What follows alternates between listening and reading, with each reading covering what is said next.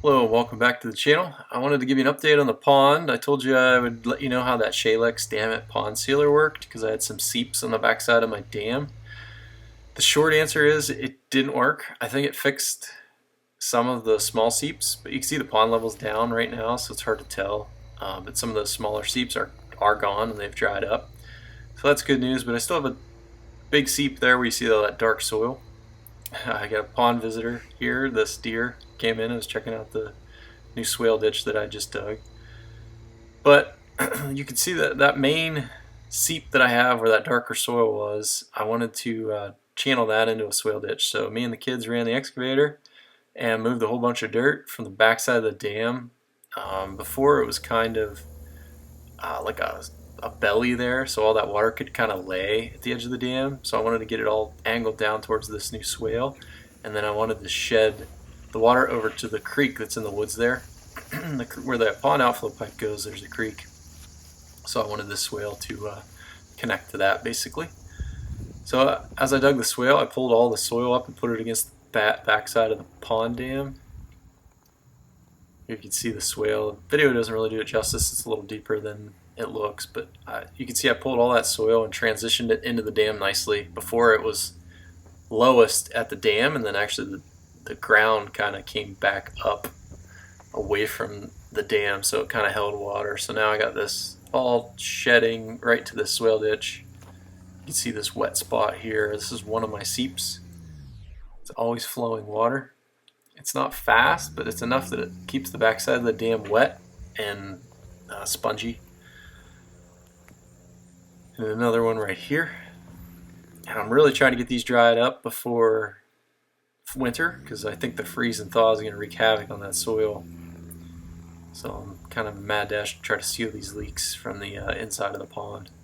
But this swale is kind of an emergency that if these seeps get worse, at least all the water is going to go to the creek and not onto the neighbor's property. So here I'm walking over to where the outflow pipe is, and I'm putting a screenshot in here. This is last year when the pond was first built, and after I spread all the hay. You can see that kind of hump that's high there. I wanted to pull all that soil to the left, put it on the backside of the dam, and then transition this into that swale ditch. And here we're back to current day in the same spot. So you can see I pulled all that soil back, got a nice transition down to this little creek here, and I'm going to build a creek crossing for my equipment. I'm going to put stones down in the water there, and then some stones where the soil lays wet, so I can get across this with all the equipment. But here is how it looks right now, current day after the swale ditch, and I'm going to transition now until last year, whenever me and my friend Ryan were spreading topsoil on the backside of the dam before the contractor came and had to make it higher. He had a laser issue, and I think that's why I have leaks.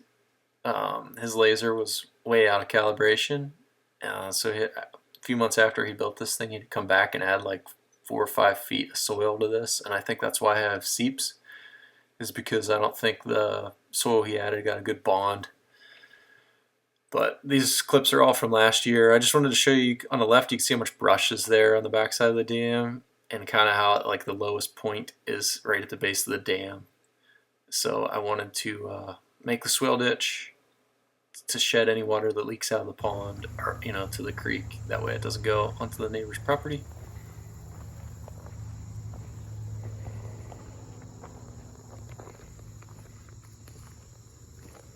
Here's the small stream from the pond outflow pipe, and this is routed down into the creek in the woods.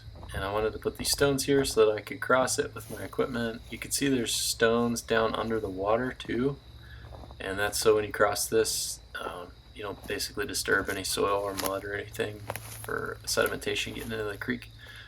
And I put rocks up from there where the soil is saturated from the water. That way when you drive over it, you don't sink in and more sedimentation gets into the water. So here's testing it with a quad. Works out pretty good. I'm going to get my tractor down here once it rains, and so I can push these rocks down in the soil and kind of lock them in place so they're not moving around like you saw there.